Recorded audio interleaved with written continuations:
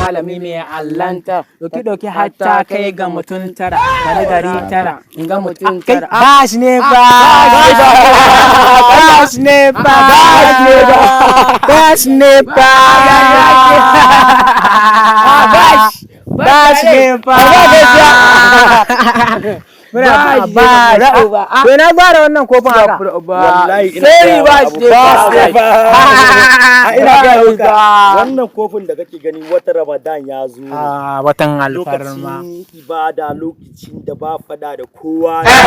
ina ga maka yanzu nake magana in kira azumi kofi uku na sha amma da na ƙara kofi ku amma na fasa kar azumin na ga gane saboda ba shi da kuka ke ba shi ne ba shi ne ba shi ne ba ne wata ibada ba shi ne ba shi ne ba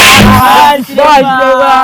ne ba ba shi ne ba ba shi ne ba